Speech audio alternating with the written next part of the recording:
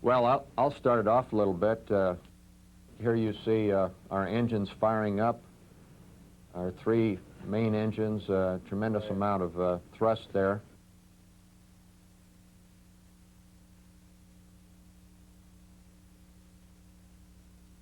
Well, we were sitting in there, and there was quite a racket going on. We saw that tower go by just very quickly. I couldn't believe how fast it went by. This is an experience that we'd like to have every week. After we got a few hundred feet into the air, we were into the roll pitch maneuver. Bob, why don't you carry on there, or someone else?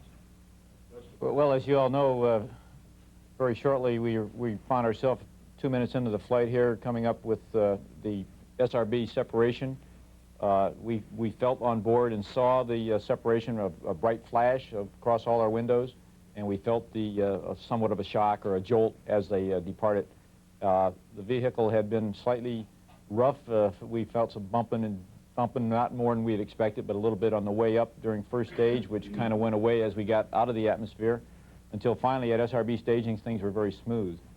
And I think this is a very spectacular picture coming up of the staging itself. Boosters do their thing and tumble away from the tank, and pretty soon you'll see some tremendous footage of the drogue chutes on the SRBs pulling out, and clear-cut proof that the SRBs do in fact land in the water and are there for us to retrieve. Absolutely spectacular shot here. Fantastic. Meanwhile, we were on the second stage, which the only words I can describe it were just absolutely smooth as glass. It's just unbelievable, just kind of a humming noise in the background, and that's about all you can say. It was just so smooth. It's interesting to note here that after Ken lost his SRBs, they diverted all the photography to the SRBs, and we're pressing on. Who knows where we are? I would suspect that this time we're probably almost 60 miles high while these are impacting down, and probably 100 or so miles downrange by now. But we can see here that the SRBs float very nicely, and my understanding is they're retrieved by the retrieval force at Kennedy, and we're towed in and are in pretty good shape. So I think this is clear-cut proof that we do in fact get the SRBs back. We've had MECO now, and after a very smooth ride, we did not feel the tank come off to any extent at all. Vance puts in a 11-second plus X burn, which captured these pictures for us as these are being taken from the belly camera. We can see the extent of the tank, and as we slide up past it during our plus X burn, you can just see the whole picture working. This was slightly later in the flight. The MS seat has been taken down, and we are busy at work. You can see that I don't believe there's much information on tube CRT2, which was one of the only very minor little problems we had. Just a general scene of the Earth to give you a feel for what it looks like looking out our windows and the extent of the horizon. Opening of the cargo bay doors. Opened the starboard side first as normal, and then went right into the opening of the port side door. Our packmen are in there with the satellites all there.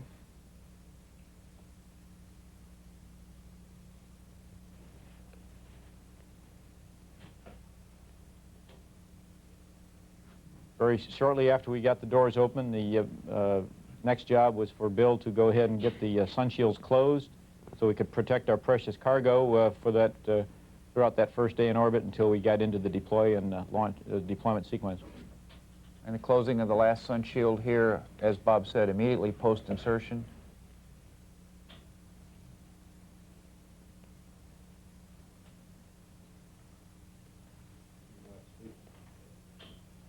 I snuck a quick peek out of my seat to look at the SBS spinning up. Bill unfortunately had to stay up there. I had the Columbia was behaving so well that I felt I could afford to just go take a quick sneak of it. This is the view that we were looking at out the window, and you could tell we weren't very interested in what we were seeing. The quilted pattern on the sunshield is really not that quilted. It's just that with the stark relief of the bright sun on the side throwing the shadow. Watch the spin start. And this, we think, is what you on the ground saw, because this was being sent back by television.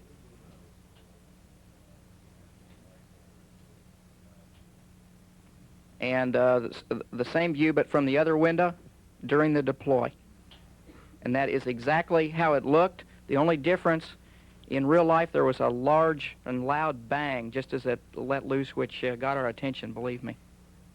And it was the sound of the pyros firing to release the hold-down clamps. It's quite a sight watching that go away from you. We never tired of seeing this site. We had some very good Earth viewing attitudes, and this site was just a common one. So was this one. This site.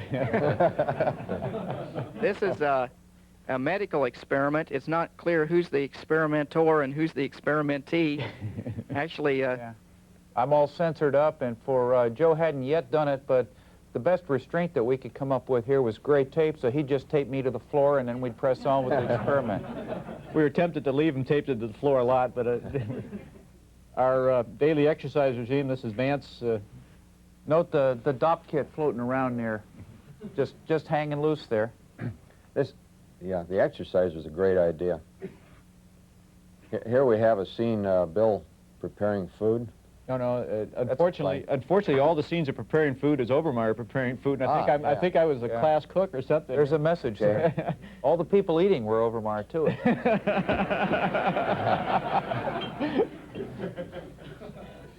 Marines eat a lot, though. We've known that since the third flight. Food was very good, so no complaints. And after the deployment, here was my pay. They were really peanuts. Joe says they're banana pellets, but they were really peanuts.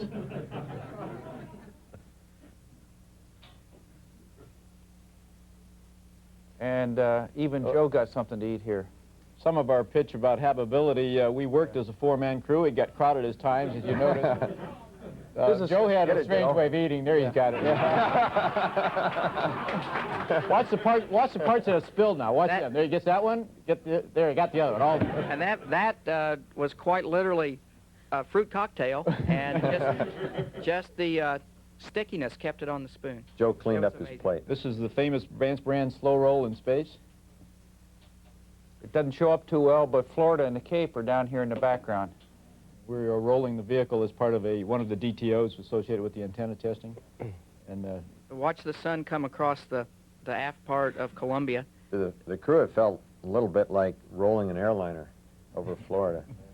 So one of the neat things is in the sunlight, when it came off the orbiter white, boy, that was white. And when you looked out into the nothing, into the sky, that was the blackest black you ever want to see. And in the daylight, of course, we couldn't see any stars behind that black. So we had a black sky instead of a blue one. And the second day deployment, this is Telesat as seen from the aft bulkhead TV cameras. And then from the forward bulkhead TV camera, you can see the, I guess this is the movie actually, you can see Telesat emerging from behind the Satellite Business System sunshield here and looking very much like SBS had the day before. using the tail as a reference, it noted how it tracked right up that tail just without a hitch. It was just absolutely smooth. We could then watch the satellites for many, many minutes after deployment. We're getting ready here, doing some of the preparation with the suits for the extravehicular activity that was scheduled by the time we got through moving it around on day 5. But this was the night of day 3 when we were getting ready for what we thought was going to be the AVA the next morning. And I've got the EMU, the suit TV in my hand, and you can every now and then see some of the suit lights come floating around. We couldn't resist messing up their camera scene for them, so Yeah. Vance and I came on down from the flight deck and joined in the typical activity. With all of our equipment, the mid-deck got a little crowded sometimes, but having 4 crewmen on board is really the way to go. Gives you a lot of extra people to do all the work that's needed to be done. Here's the suit TV, here's the suit lights, and Vance has just grabbed hold here of the treadmill that he'd been running on earlier.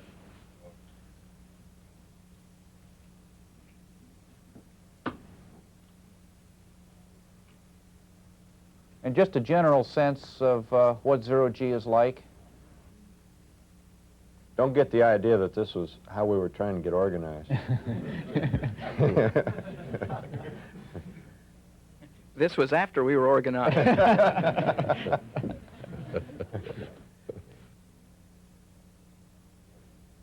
We had a little radio transmitter receiver strapped to our legs, wireless comms, what it's called. Made it very convenient to talk to each other on the ground.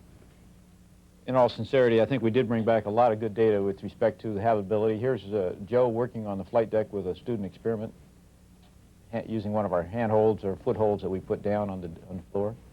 This was a convection experiment, wasn't it, Joe? Yes, we were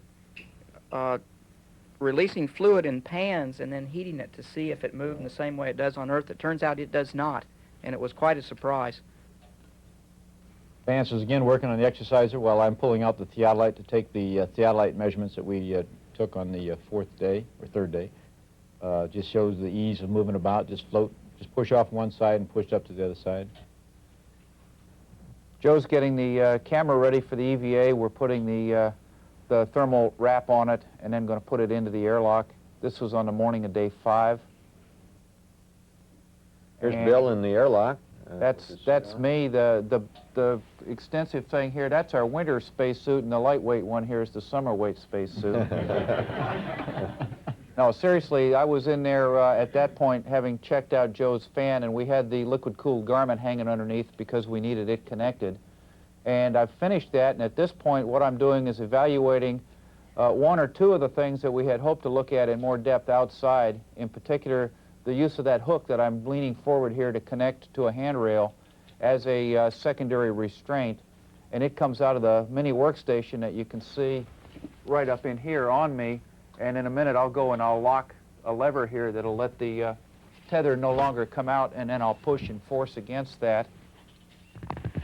It may have looked as if he was upside down in this picture, and we just had the camera upside down, that's all, actually. Actually, it's sideways. Yeah, well, that's right, sideways. Yeah. Actually, obviously in zero-G, upside down is all relative. If other people look upside down to you, then they're the ones that are upside down. Here we're getting ready for the deorbit. We've opened the sun shields on both of the PAMs, and we're closing the cargo bay doors. And as we expected, because we had kept the Columbia in a relatively benign thermal attitude throughout the last couple of days, we had absolutely no problems with the doors closing, and they just worked slick as a whistle. We were just real pleased with it.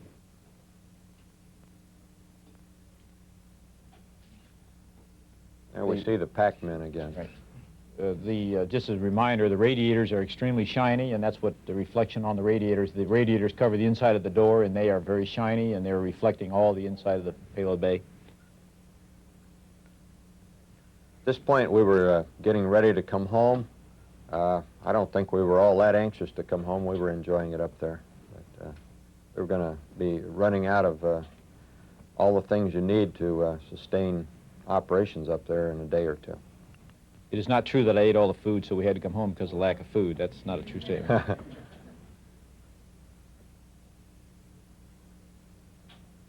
Doors are really impressive when they come shut. Just very neatly tailored, the way they come together and latch. Payload bay went dark, of course, with the doors closed, and here we are in the front cabin. Watch the windows here and over here. Absolutely spectacular footage. We've never been caught before. Might explain that the light up above is switches and lights on switches. Down below, the bright areas around our instrument panel. But now you see the sky starting to turn rust color as the vehicle heats up. And it's like being inside a neon sign a little bit. It gets brighter and brighter and then stays for a good part of the re-entry. We re-entered during the night time, and so we could see this rose-colored glow for a long period of time. Here's the picture taken from the TV chase airplane of the orbiter as it's coming in on the approach. We're still above the overcast at this time. We'll pop through the overcast very quickly.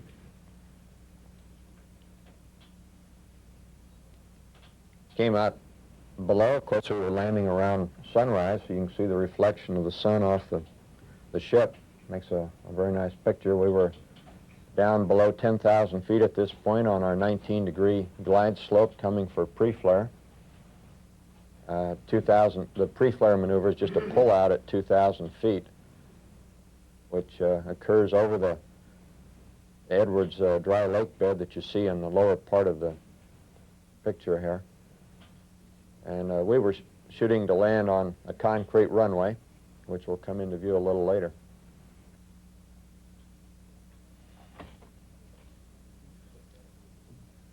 And here we are pulling out, and the gear's down. It came down at around 400 feet. Bob put it down. Joe checked that it was down. And then Bob checked that it was down. And we rechecked it. And then Vance checked that it was down. And here we are, coming to touchdown. And Vance knew we had touched, but the three of us, of his crew members, did not. We had to ask. It was as smooth as silk. We had a maximum braking test on the rollout, and so that's what we're starting to do as we roll out there. We really put the brakes on hard, and then eased off the last little part of the rollout. Absolutely slooper glass smooth landing. It was really, seriously, we didn't even feel a bump when Vance put it down. It was really spectacular. We had a team effort from 10,000 feet on down on all this landing stuff, and right here is where we started seeing what looked like the Spanish Armada coming at us, trucks and stuff, and we were Here's our welcome by the NASA official unidentified on earlier flights. That's ABBEY.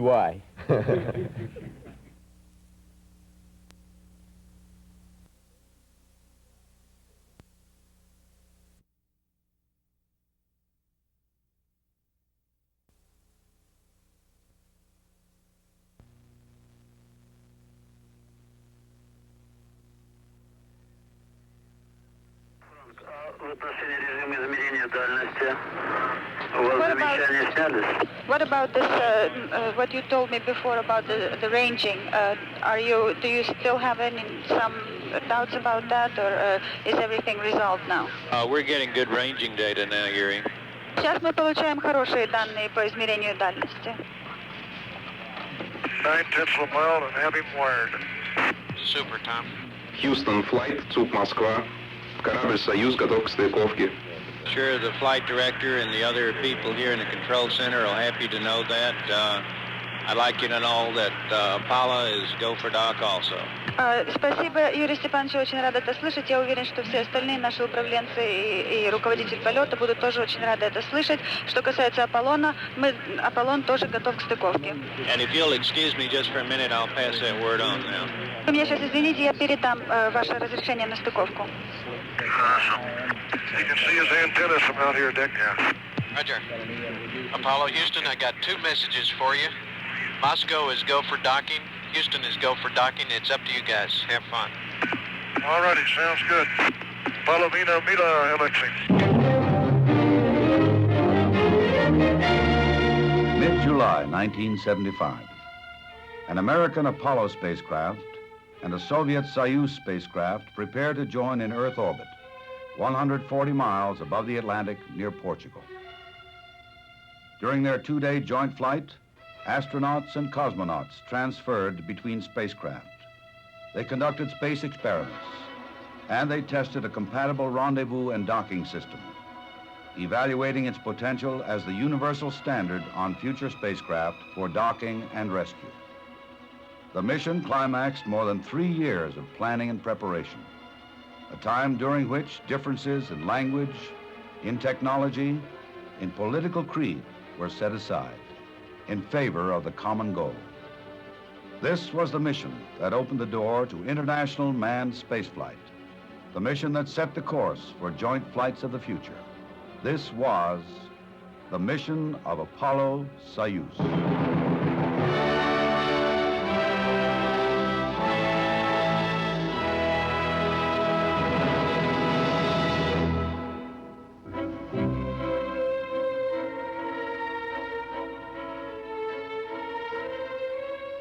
In the pre-dawn calm of July 15th, the methodical countdown of Apollo moved with customary precision toward a mid-afternoon launch.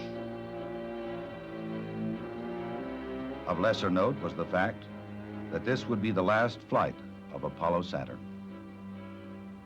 And as the countdown narrowed, chances are that more than one member of the launch team reflected on other proud days of Apollo, like its 9 flights to the moon, 6 of which resulted in landing men there. Its 3 flights to Skylab, transporting crews to the orbiting space station. And now, in 9 days, the entire Apollo program would pass into history. Apollo would make way for a 2-way reusable vehicle, the Space Shuttle, scheduled for its orbital flight debut in 1979. But today it is Apollo-Soyuz, and as dawn approaches the Florida coast, a similar drama is nearing climax, half a world away. The scene, Baikonur Launch Complex in Kazakhstan, central USSR.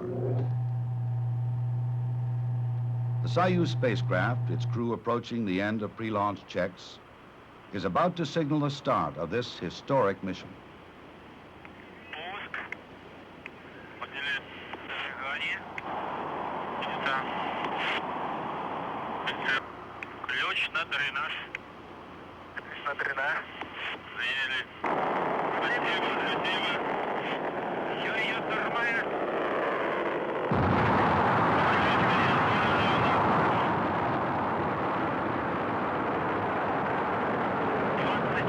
At Mission Control Moscow, flight controllers monitor Soyuz as it gathers momentum en route to orbital altitude. Less than 9 minutes after launch, Soyuz, powered by triple booster stages, is inserted into its assigned orbit. This is Apollo Saturn Launch Control. The countdown has proceeded smoothly this morning, and the flight crew here at the Kennedy Space Center were alerted about 10:30. They're right now in the suit room at the Manned Spacecraft Operations Building, donning their space suits, and they're scheduled to leave the suit room about 12:37 for the trip out to Pad B. The weatherman continues to be cooperative. A near-perfect day for the launch, made to order for the thousands lining the roadsides and beaches to witness this Apollo Saturn finale.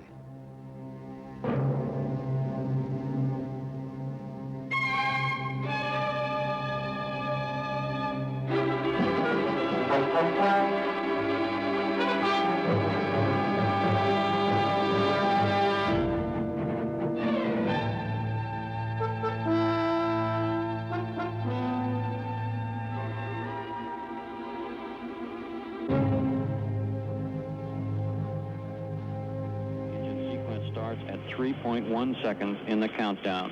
We'll hold down till thrust builds up. 11. Engine ready light on. 9, 10, 9, 8, 7, 6, 5, 4, 3, 2. Engine sequence start. 1, 0. Launch commit. We have a liftoff. All engines building up thrust. Moving out. Clear the tower. Roger, tower clear. Roger, Tom, you got good thrust on all engines. You're right on the money. 30 seconds, we're on the way. Stand by for mode 1 Bravo. Mark, 1 Bravo. 1 Bravo, 2 Gs. Roger. And cabin pressure's coming down. Roger. Apollo Houston, you're go for station. Roger, go for station. Roger.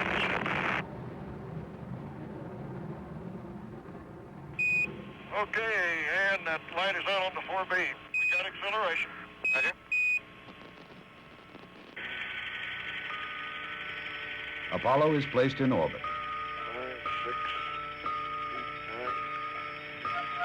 Go. Now. We're moving out. And before the flight is 3 hours old, the docking module is smoothly extracted from the second stage booster, left trailing behind. During the next 40 hours, Apollo, through a series of maneuvers, will slowly close the orbital gap with Soyuz.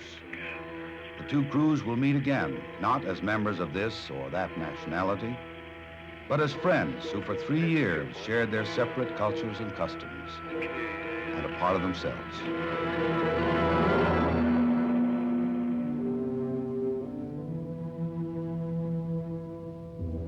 Preparing for their mission, Soviet and American crews spent a good deal of time together.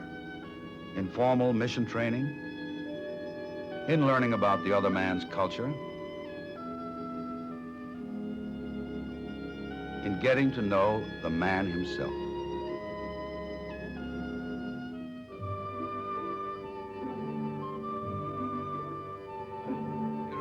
In the United States, I want to visit Hollywood.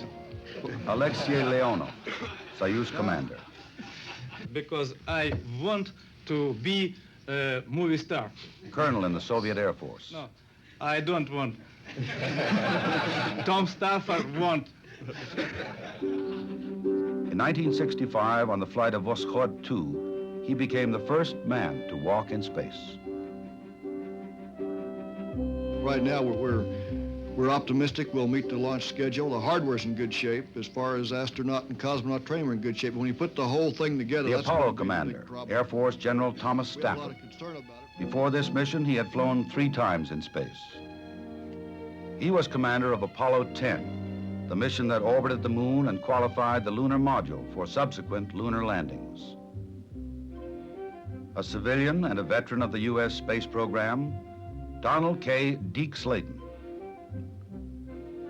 One of the original 7 astronauts, he was scheduled to pilot the 4th manned Mercury flight. A slight heart irregularity interrupted his flight career. He was returned to full flight status in 1972 and assigned to Apollo-Soyuz as docking module pilot. Another civilian crew member, Valery Kubasov, age 40, the Soyuz flight engineer.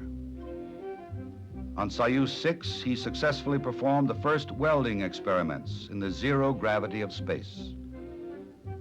Rounding out the American crew, Vance Brand, civilian, aeronautical engineer, former test pilot. He's been a backup crewman on previous flights, but this was his first trip into space. He is the command module pilot. As this was a time of mission preparation, it also brought together engineering and technical specialists from both sides. Heading up the teams were Dr. Glyn Lunny, the American project director, and his Soviet counterpart, Professor Konstantin Bushuyev. Under the direction of these two, an atmosphere of cordiality and mutual respect developed that pervaded the many months of meetings and negotiations.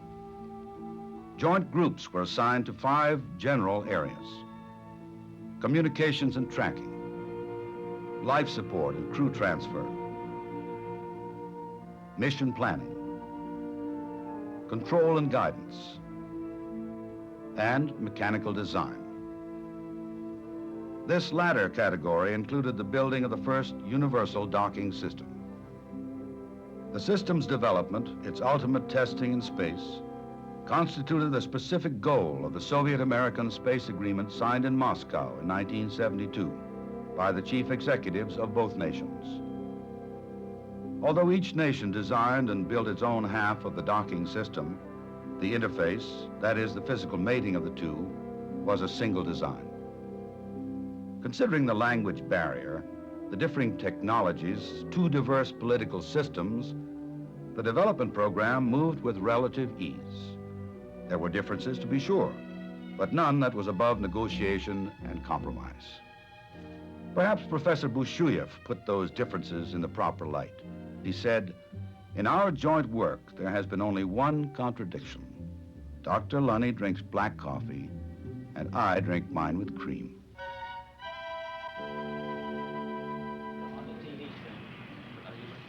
Okay, copy.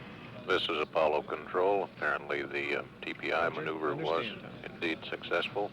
Tom Stafford reported from Apollo that he was station keeping with Soyuz.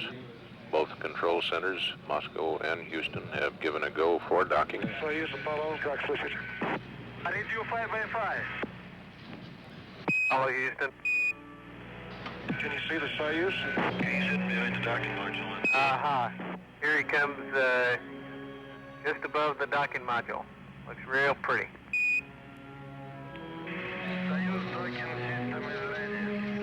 Good show. Let's say that. Look at that. I'm approaching Soyuz. Tom, please don't forget about your engine. Less than 5 meters distance. 3 meters. 3 meters. 13 meters. 1 meter.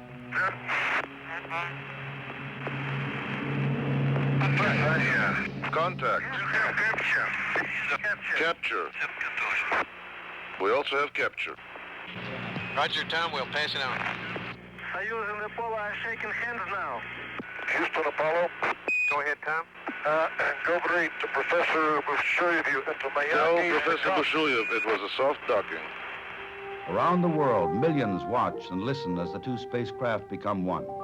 Now they wait for the next dramatic event, the meeting of Soviet and American crews. All right, on the show. Открываю Luke 3. Okay, the camera. Ha-ha! Здравствуйте! Got it? It'll stay open. Go ahead. Go ahead, Tom. Alexei. Just a moment. Okay, turn on the camera. Hit the remote. Okay. Here. Camera. Glad to see you. Here. Здравствуйте, Алексей. Очень рад видеть вас. Очень рад. Это роща день. Советский Союз, Соединенных Штатов. In the first crew transfer, astronauts Stafford and Slayton are hosted in Soyuz by cosmonauts Leonov and Kubasov. Vance Brand remains behind to monitor Apollo systems. In the name of the Soviet people and from myself personally, I am To mark the congratulating occasion, you leaders of both the with the USSR significant and the United event, the States first relay their docking congratulations. of the Soviet spacecraft. New possibilities are opening up for fruitful development of scientific cooperation between countries and the peoples in the interests of peace and progress of all humanity.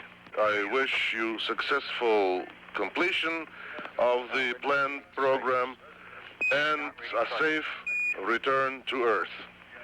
Leonid Brezhnev. The astronauts are on line, sir. Gentlemen, let me call to express my very great admiration for your hard work, your total dedication in preparing for this first joint flight. It's taken us many years to open this door to useful cooperation in space between our two countries.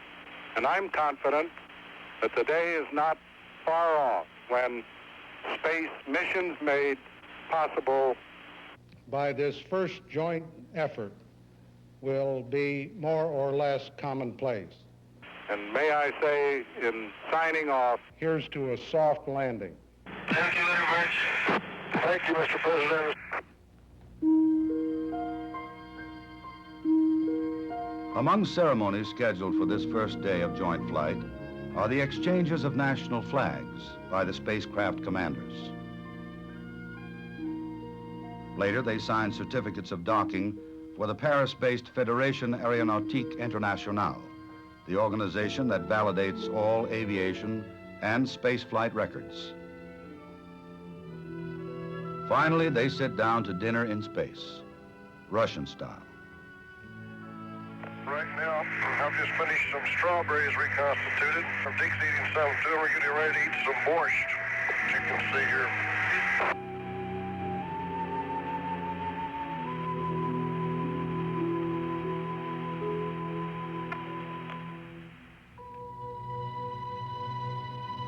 Following breakfast in their separate spacecraft, the crews begin the second day's slate of activities, which includes working on the joint experiments.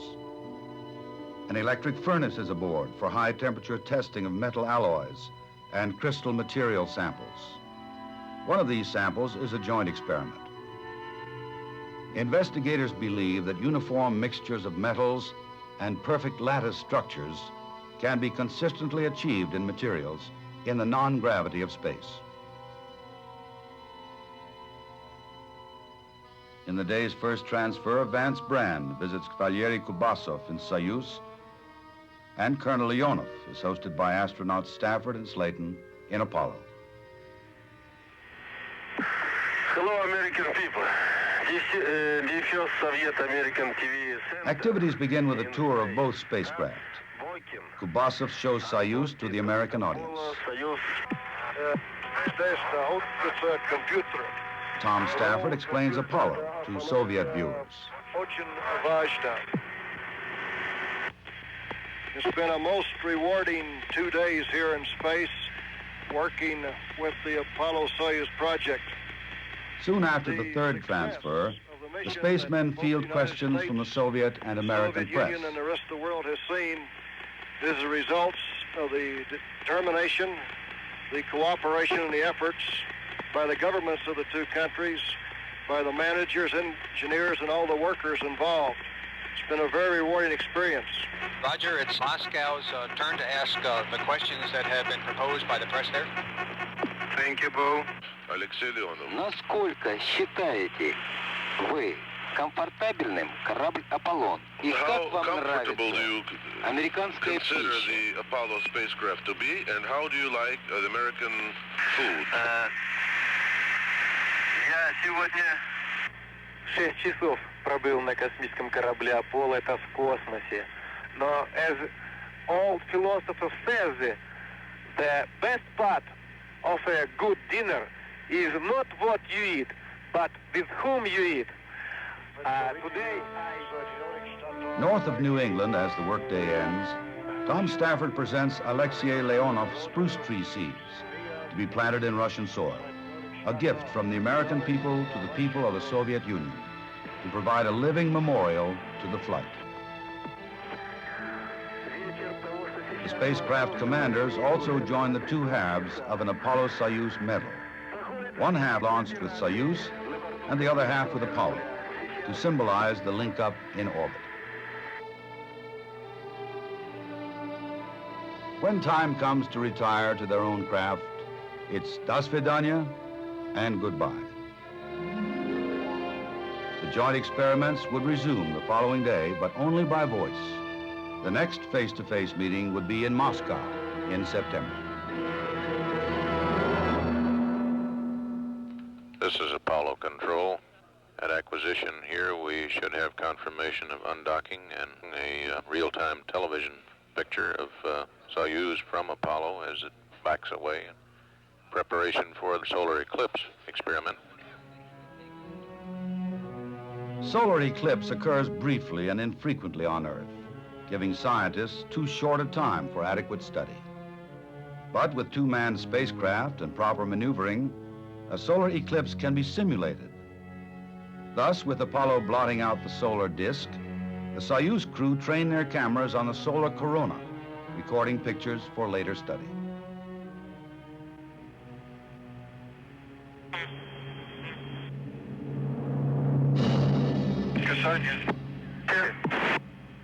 They dock again, providing yet another test of the compatible docking mechanism.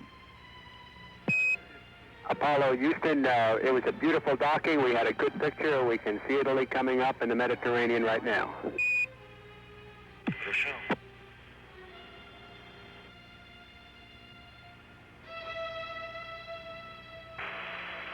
Apollo Houston through ATS, and we're hearing your calls. Roger. We've docked. Everything was on time, though. After some 3 hours, the two spacecraft separate for the last time, and Apollo maneuvers into position for the final joint experiment, ultraviolet absorption, the measurement of oxygen and nitrogen particles in the upper atmosphere.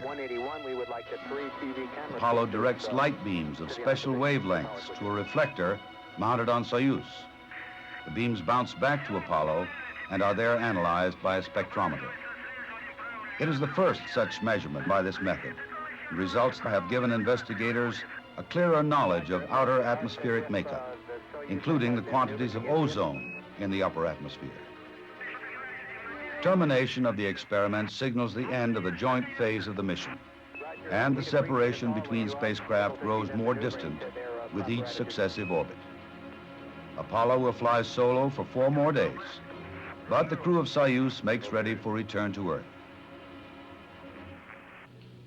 Good morning again. Jim Hartz and Alan Shepard from the Mission Control Center in Houston, Texas, live this morning. The Soviet spacecraft is about to land in the Soviet Union. The Soyuz recovery, a focal point of media coverage, is typical of worldwide interest in the mission. Not since the first landing on the moon 6 years earlier has the Houston News Center seen this much press activity. Beneath its single striped parachute, Soyuz settles to Earth in Soviet Central Asia. Retro rockets cushion the impact. Contact. The parachute. 3 memorable years have ended. Alexei Leonov and Valery Kubasov have secured yet another place in the history of spaceflight. Apollo continues in orbit, carrying out the remainder of the 27 experiments in space sciences, life sciences, and applications. Among the less notable passengers aboard are numbers of killifish. Sealed in seawater, they are in key stages of maturity. Scientists want to pursue an earlier investigation in which fish taken into orbit on Skylab had orientation difficulties in zero gravity, while those that were hatched in orbit adapted quite well. On return to Earth, the specimens will be compared to similar stages of Earth-raised fish. Through highly refined instruments, they look out in our galaxy and beyond. A new source of radiation is found, the extreme ultraviolet, which many scientists thought would remain forever invisible. Others felt it didn't exist at all. The discovery ranks high in importance and may open a new branch of astronomy for studying the universe. They attempt to locate the sources of soft X-rays. They probe the temperature and abundance of the interstellar medium. They test ways of long-term monitoring of aerosol particles in the atmosphere, which may have profound effects on our weather and environment. They look back on Earth, on those features that will yield the greatest results: geological features, the oceans, the deserts, pollution patterns, weather formations, all the phenomena that comes under the general heading of Earth resources. As the mission comes down to the wire, the docking module is jettisoned, and it too becomes part of an experiment. With the 2 instrumented spacecraft close together in the same orbit, it is possible to measure their relative movements caused by variations in Earth's gravity. The technique provides a means of accurately mapping the Earth's mass structure on a global basis. Final. Go. Guido. Go. Retro. Go, flight. GNC. Go, flight. Apollo Control, 99 hours, 29 minutes, phase elapsed time.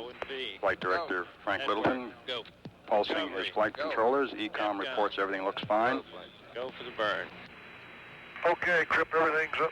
Great shape up here. The only thing we're concerned about is that you've got all your splashdown parties coordinated, over.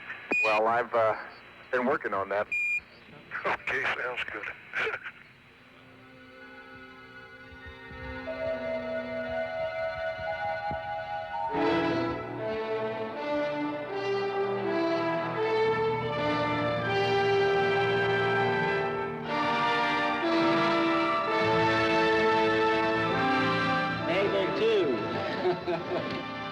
In Pacific waters west of Hawaii, Apollo reaches the end of its journey and the end of an era. Waving to the crowd, assembled here on the hangar deck of the USS New Orleans. Scott Logan giving them a few more words of briefing about the ceremony, which will take place in just a few moments. Now they walk down a red carpet course.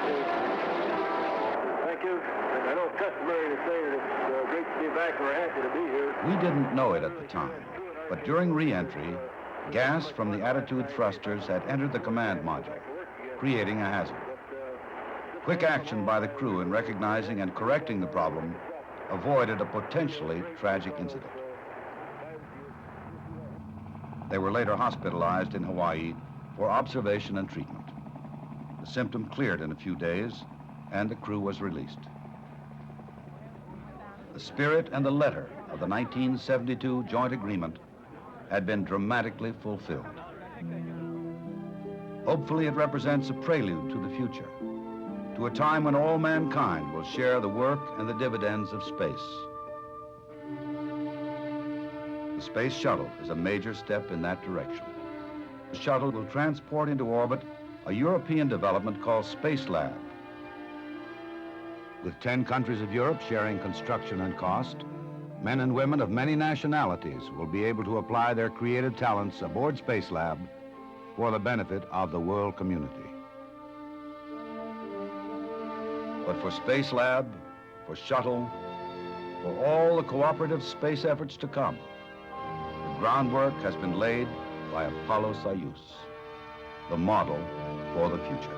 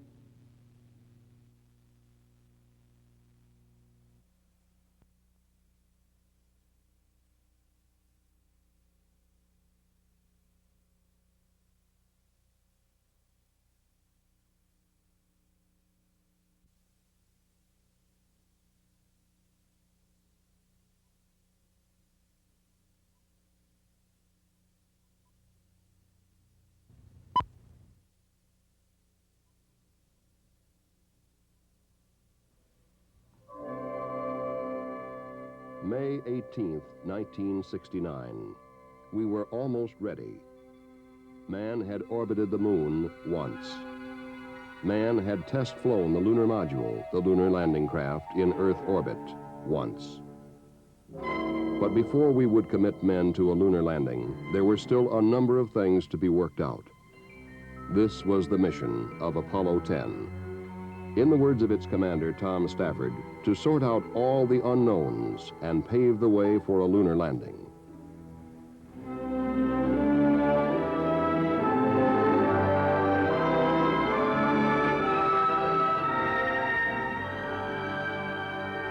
It was a veteran crew.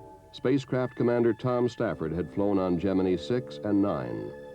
Lunar module pilot Gene Cernan had flown with Stafford on Gemini 9.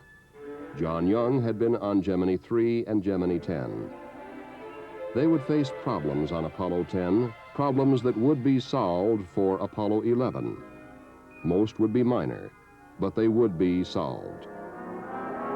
Stafford, Young, Cernan.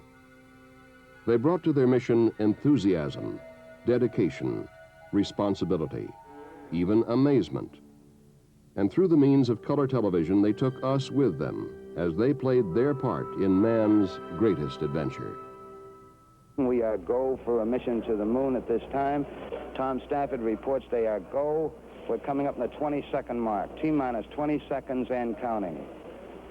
17 seconds and counting. Guidance internal. 15, 14, 13, 12, 11, 10, 9. We have ignition sequence start. Engines on. 5, 4, 3, 2. All engines running.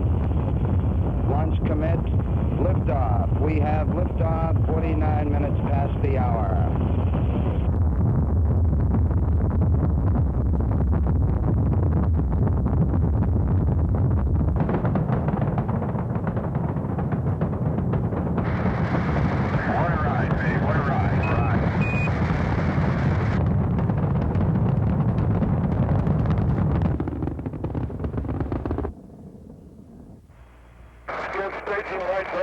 Roger. Good ignition on the second stage. Man, that station was quite a sequence. Just like old times. It's beautiful out there. You guys sound ecstatic. Man, this is the greatest journey. Apollo 10 was headed for its initial parking orbit around the Earth. After the checkout in orbit, it was time for TLI, trans-lunar injection, the burn of the S-4B engine to send Apollo 10 to the moon. 7 minutes counting up. Roger 10, you'll go for TLI. S4B's looking as planned. Right on. Seco. Roger, Seco. We confirm the cutoff. Apollo 10, with a perfect burn, was on its way to the moon. Now, the command and service module separated from the S4B and turned around to dock with the lunar module. For the first of many times, Tom Stafford turned on the small, high-resolution color television camera and shared with the people of Earth the spectacular sights of outer space. Apollo 10 took along all those who had made and were making the conquest of the moon a reality.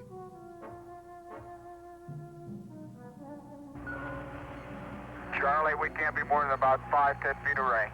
Roger. 10 is looking real stable to us. We show you closing slightly. Roger. Be docked in a second, I hope. Roger. 10, Houston, you're looking good. We can see the markings in a rendezvous with it. It looks like you just docked.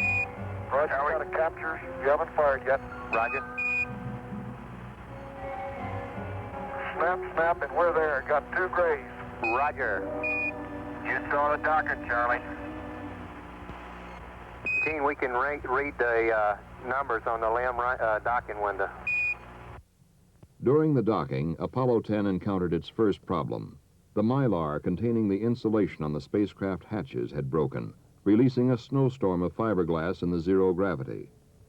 Hey, we're going to have a heck of a cleaning job here. They had insulation all in the seal, all in the valve, and it is really a heck of a mess up here. For Apollo 11, it would be fixed. Then we watched as they pulled free of the S4B and got our first live color pictures of the blue planet Earth. Charlie, this is it's so hard to describe. You can go right up past Alaska and you can see the polar caps. It's incredible. Well, we see it all here, Gene. Its colors are really beautiful. That's great.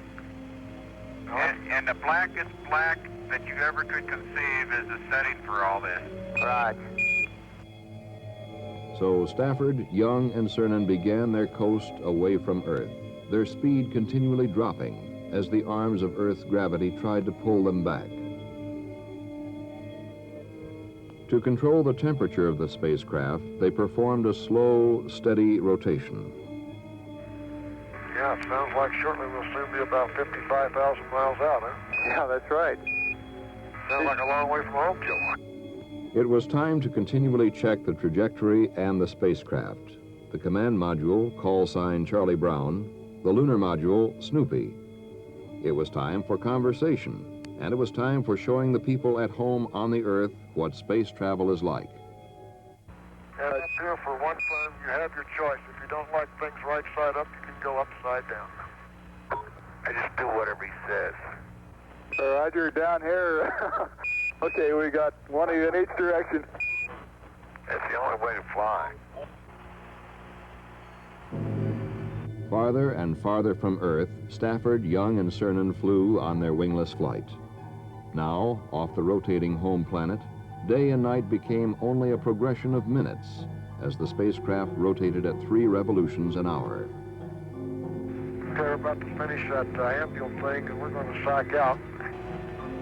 Okay, and tomorrow we should be around the moon. Roger.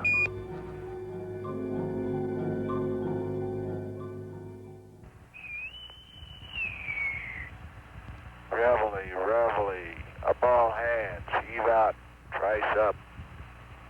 Clean sweep down, fore and aft. Apollo 10, Houston, sounds like we're ready for a naval drill in the flight deck. And here is your horoscope reading for today, Apollo 10. Tom Stafford, you should concentrate on finishing things that you have already started. Today's pace will be moderate. Use this time to take inventory. John Young, you will have a slow day today. This will give you time to concentrate on the work ahead. You will enjoy your surroundings and companions. And Gino, your horoscope reads, give careful thought to your working and driving habits. Do something nice for your friends.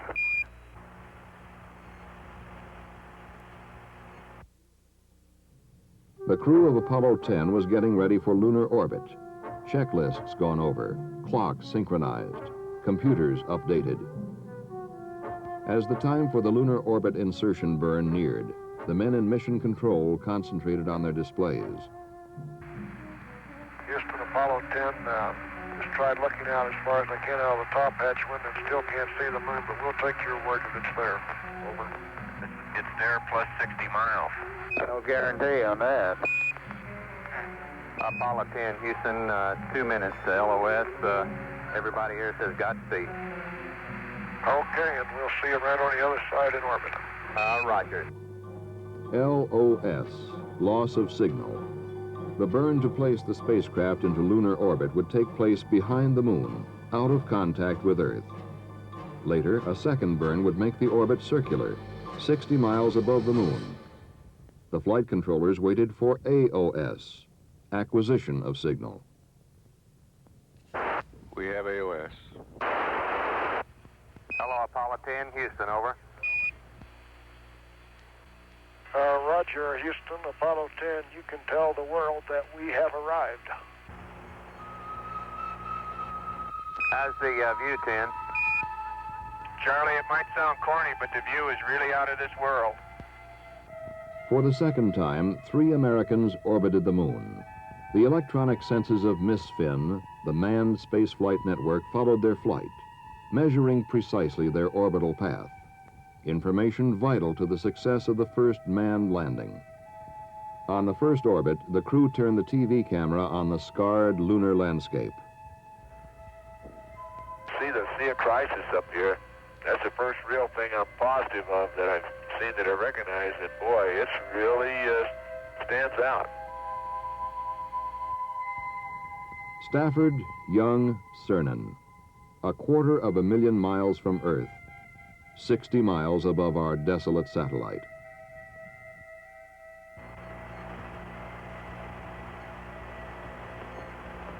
Boy, this is really a rugged planet.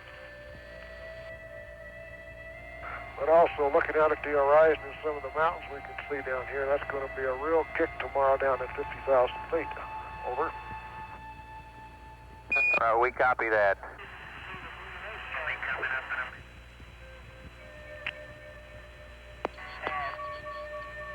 Hello, Houston, Apollo 10. We've got a beautiful view of the Earth here, but it's absolutely fantastic.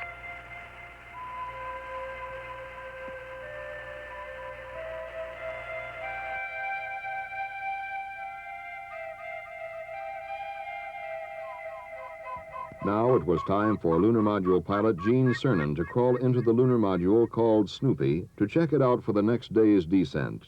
His evaluation? And I personally am very happy with the fella, and I hope we can give you as good a report tomorrow. You bet your life. Hey, you watch Snoopy well tonight and make him sleep good, and we'll take him out for a walk and let him stretch his legs in the morning. Oh, okay. The next day, Stafford and Cernan were in the lunar module, John Young in the command module called Charlie Brown. They checked out Snoopy for the last time. One of the items involved venting the tunnel connecting Snoopy and Charlie Brown to make sure that the spacecraft hatches did not leak. Roger, I say again, we cannot get the tunnel to vent, over. Right, I understand. Tunnel will not vent. This was a real problem. The vent pipe seemed to be clogged.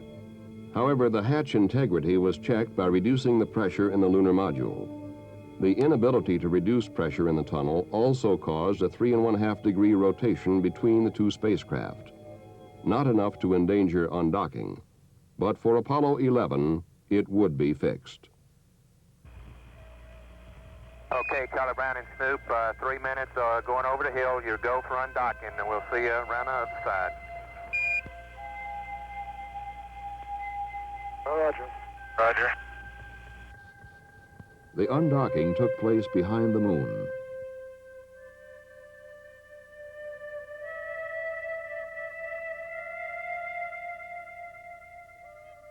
When contact was re-established, Snoopy and Charlie Brown were ready for the separation maneuver prior to descent. The word from John Young and Charlie Brown was, "You'll never know how big this thing gets when there ain't nobody in here but one guy. You'll never know how small it looks when you're as far away as we are." Hey, John, if you get a chance, you can turn on the radar transponder and we'll correlate the VHF ranging with it. Okay, my transponder is on. Transponder is on and the test switch is in operate. I should be getting a radar signal here, and I sure don't. an electronic piece of radar equipment in the command module was not functioning. Without it, there would be no rendezvous and no low-orbit descent in the lunar module to the moon. In mission control and in the two spacecraft, switch positions and procedures were rechecked. For the descent and subsequent rendezvous were the heart of the Apollo 10 mission. From mission control, one last-ditch instruction was sent up. Roger, how about trying to recycle the power switch, Charlie Brown? In the command module, Young turned the switch off, then on again. Hey, that did it, you guys. It's on. Hey, and I got signal strength, though, buddy. What do you know about that? A little thing, a stuck switch, but for Apollo 11, it would be corrected. Okay, Jose, say adios, and we'll see you back in about 6 hours. Right. Have a good time while we're gone, babe. Yeah, don't get lonesome out there, John. And don't accept any TEI update.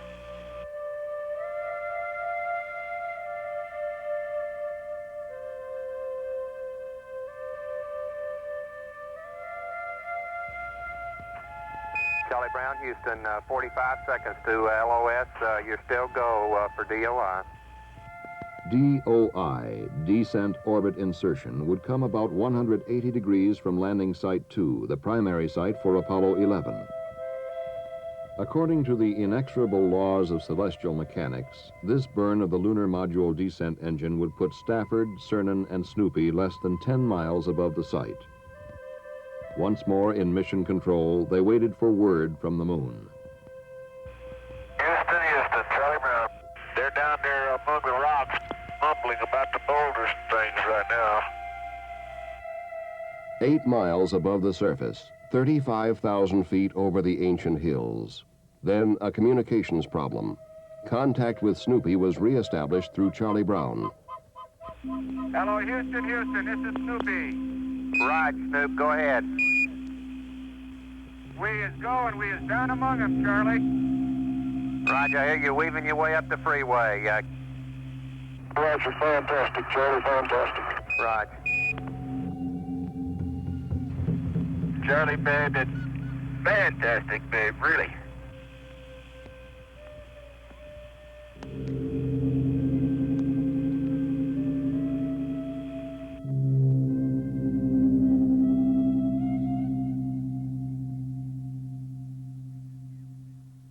We just can't believe what we're seeing. I tell you, Joe, this satellite of ours, this moon of ours, had a rough beginning somewhere back there.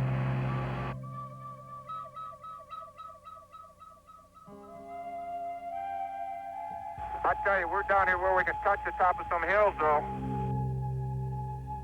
Then, one of the key aspects of the mission. Tom Stafford describes the landing site selected for Apollo 11. Yeah, okay, the approach end looks a lot smoother than some of the orbiter photos show. It still estimate 25 to 30%, say semi-clear area, so if the limb has enough hover time, at least from what we can see at 50,000 feet, it should not be a problem. Or if you come down in the wrong area and you don't have the hover time, you're going to have to shove off. Now it was time to begin the rendezvous.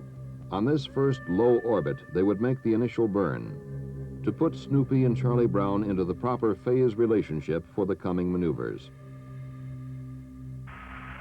Okay, we're burning, John, we're burning. Snoopy was now ready for the rendezvous sequence to be performed on the next orbit.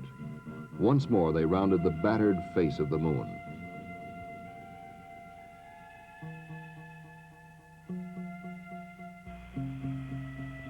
Oh, Charlie, we just saw Earthrise, and it's got to be magnificent.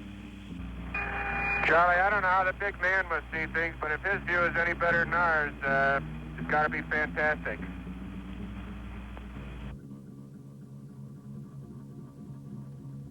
Before the actual rendezvous burns took place, the lunar module's ascent stage would have to be separated from the descent stage.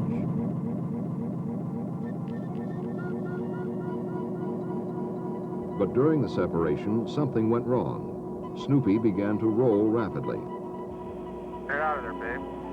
That's that last attitude. Snoop, Houston, we show you close to gimbal lock. Yeah, okay, something went wild there on that staging. And we're all set. We didn't lock it. We're going ahead to the autumn. Charlie Brown, Houston, they got staging. They had a wild gyration, though, but they got it under control. It was an unexpected system malfunction. Stafford and Cernan quickly had it under control. In fact, Tom Stafford and Gene Cernan were never in any kind of danger, but for a few seconds, they didn't know that. For Apollo 11, it would be found and corrected. Now, the rendezvous sequence came step by step. It was old hat for the veteran crew. In Gemini, Stafford had flown 5 rendezvous, Cernan 4, and Young 3. So Snoopy rose up from the moon to join Charlie Brown. Hey, Joe, we're about ready to dock. Stand by.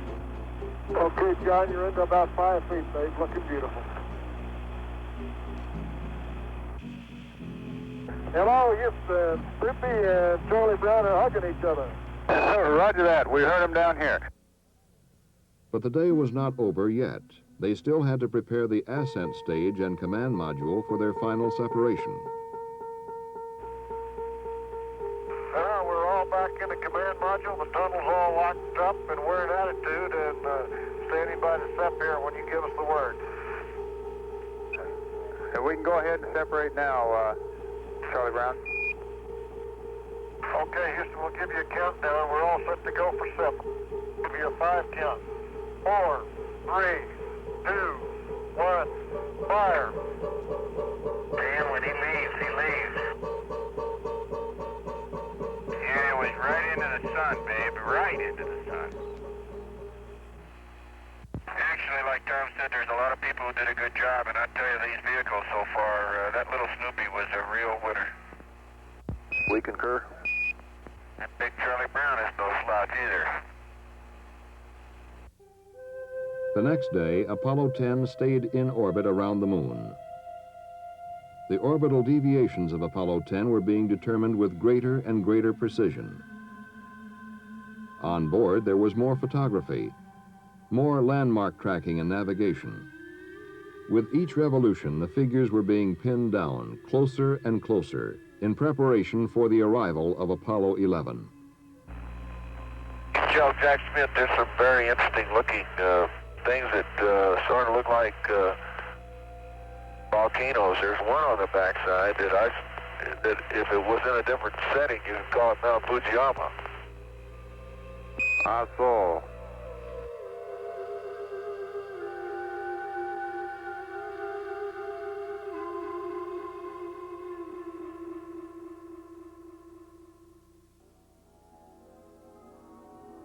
But now it was time to head home to Earth.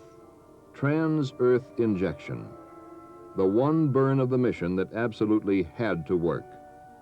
The burn that would push Apollo 10 out of its lunar orbit. Everything looks good for TEI. Roger, we're go here, and we'll see on the way home. Again, this most critical of all maneuvers would take place behind the moon, cut off from earthly contact.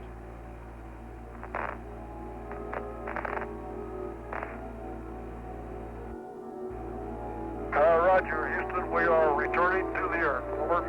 Glad to have you on the way back home, 10. For the last time, Apollo 10 watched the sapphire called Earth rise over a stark lunar horizon. And as they had throughout the mission, Stafford, Young, and Cernan shared with us the sights and feelings of their voyage through color television. You guys are really hauling the mail out of there. Oh, you better believe it. It's like we're climbing straight out, Joe. It's a fantastic sight, just like we were shot straight out from the center of the moon. You're going about 6,000 feet a second.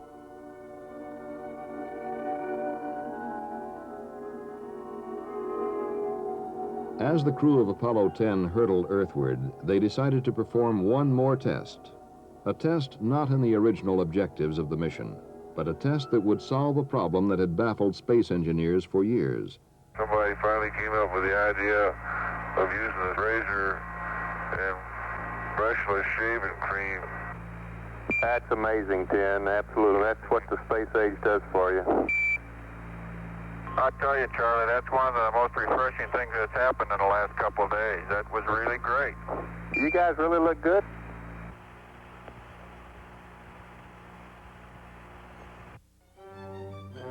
Down from the moon toward the coast of Earth, Apollo 10 sped on its incandescent path, toward its dawn rendezvous at sea.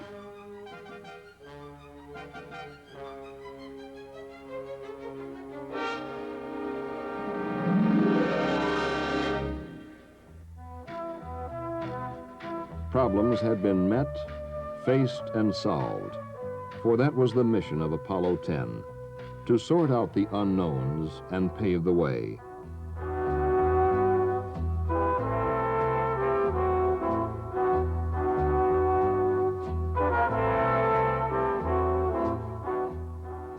But as the men of Apollo 10 were reunited with their families and friends, attention was already turning elsewhere. Apollo 11 had been rolled out to its launch pad even before Apollo 10 had entered orbit about the moon. Now it stood, pointed toward a distant lunar sea. How much we're going to progress in the future is left to your imagination. But if we harness our energies and keep our perspectives right, the goals are unlimited.